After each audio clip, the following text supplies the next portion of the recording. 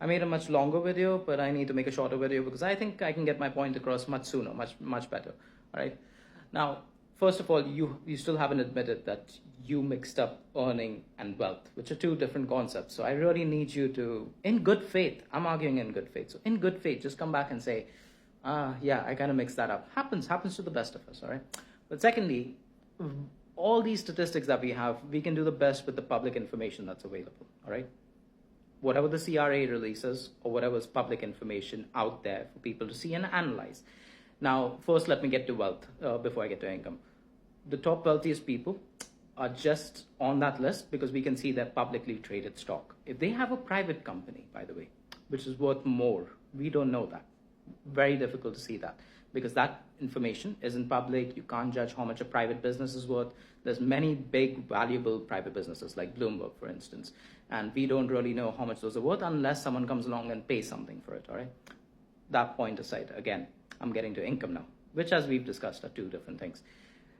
Income, the best source for income data is the CRA because they collect income taxes, right?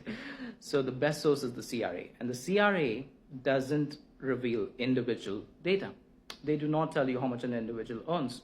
So if you wanted to know who the top individual earner in Canada is, it's impossible. You can go ahead and try it.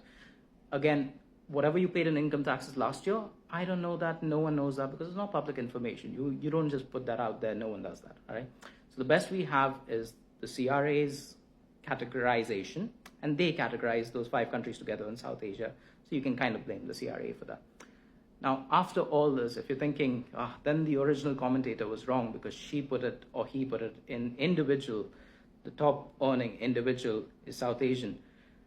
That might have been wrong because what they might have meant and what I judge them to mean is the demographic is the top earning, which again, I showed you in my previous studies, which you disagree with. I'll get back to that later.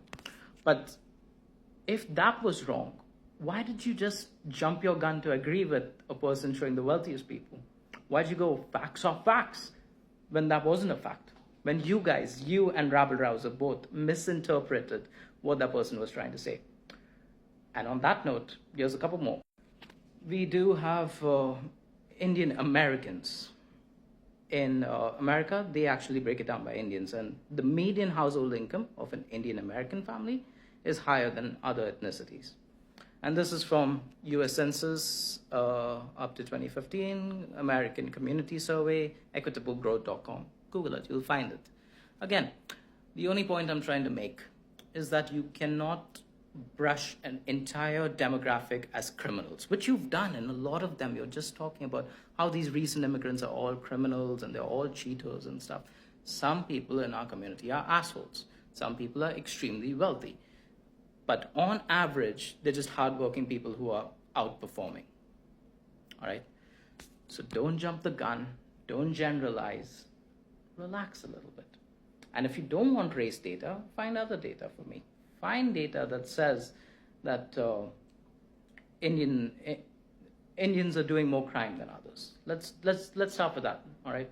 Show me a statistic or something that just says Indians are doing, on average, an Indian person in Canada is more likely to be a criminal than other demographics, right? Good luck. Happy Sunday.